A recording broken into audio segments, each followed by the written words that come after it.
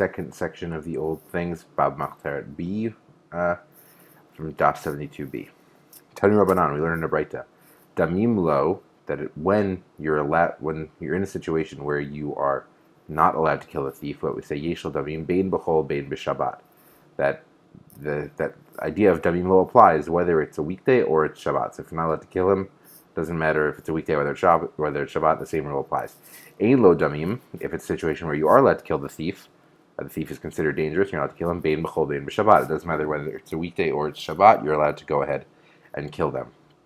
Bishlama, I understand, Ein lo Damim, Bein B'chol Bein B'Shabbat Itzrich. So I understand that with the earlier statement, Ein lo Damim, Bein B'chol Bein B'Shabbat, I understand why, the word Sarich, I understand why you need to tell me that. As we mentioned, we work under the assumption that the Mishnayot and Braito don't teach us obvious things. So I understand why you need to teach me Ein lo Damim applies Bein B'chol Bein B'Shabbat. That's not super obvious. Salka daitach amina. You might have thought to believe.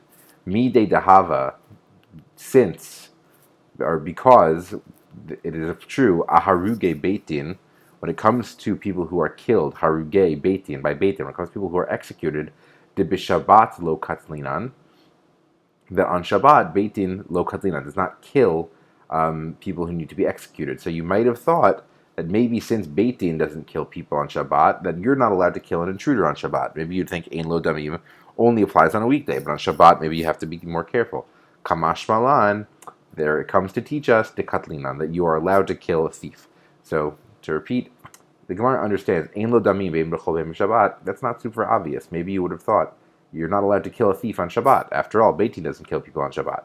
So, Kamash Malan, that's why it needs to teach you that. But, Ella, Damim lo bein b'chol bein b'Shabbat, the first statement of that if you're not allowed to kill him, it doesn't matter if it's Tuesday or if it's Shabbat. Hashta de b'chol lo katlinan, once I know I'm not allowed to kill him on a weekday. If this is a thief who I'm not allowed to kill on Tuesday, lo katlinan lei, lo horgimoto, we don't kill him.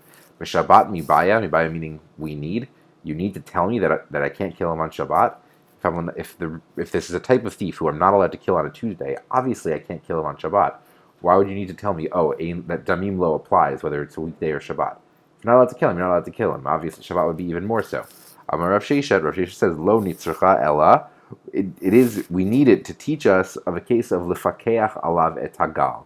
That literally means to clear from him the pile.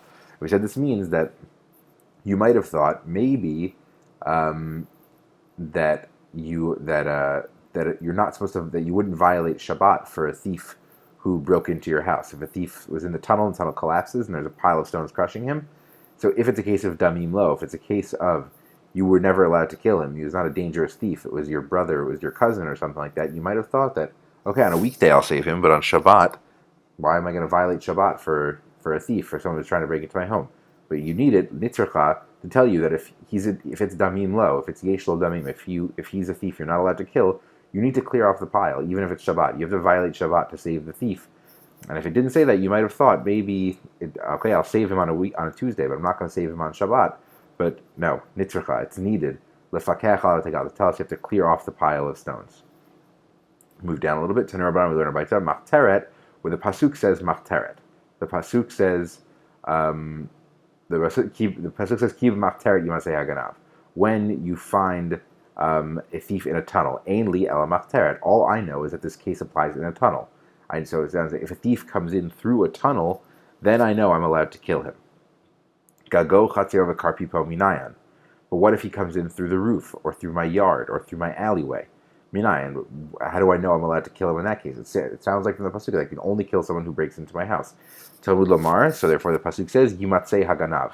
You find the thief. Mikol makom, meaning in any place. That the word if it just said the word machteret, maybe it would only apply to his to a thief who breaks into a tunnel. So therefore it says Yimatzei haganav, you find the thief.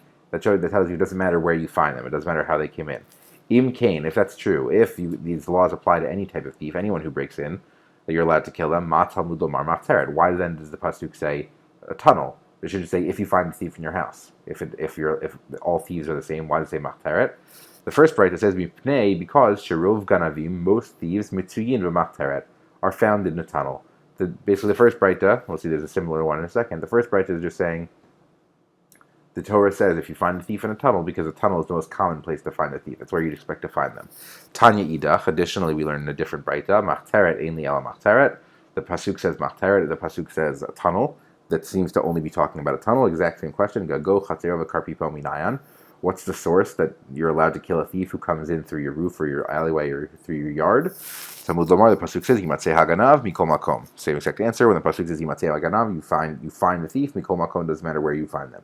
Im kain matalumud lomar machteret. If so, why does the pasuk say machteret? What is it teaching us? And it teaches us this interesting law, machtarato, that his tunnel zohi hatra'ato. His tunnel serves as his warning. We said normally before someone gets punished, they need hatra'ah, they need a warning.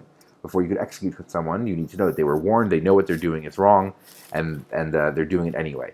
But we're saying that there's a special law of Machteret that you don't need to give a warning to someone who breaks into your house. That the tunnel serves as a warning, because the purpose of a warning is to know that someone's doing it on purpose. No one digs into a tunnel by accident. No one's like, uh-oh, I didn't realize I was digging a tunnel into your house. So the word machteret, the fact that the Torah specifies machteret, is to teach us that when someone digs in through a tunnel, that's a special case, that in that case they don't need a warning, because the tunnel itself serves as their warning.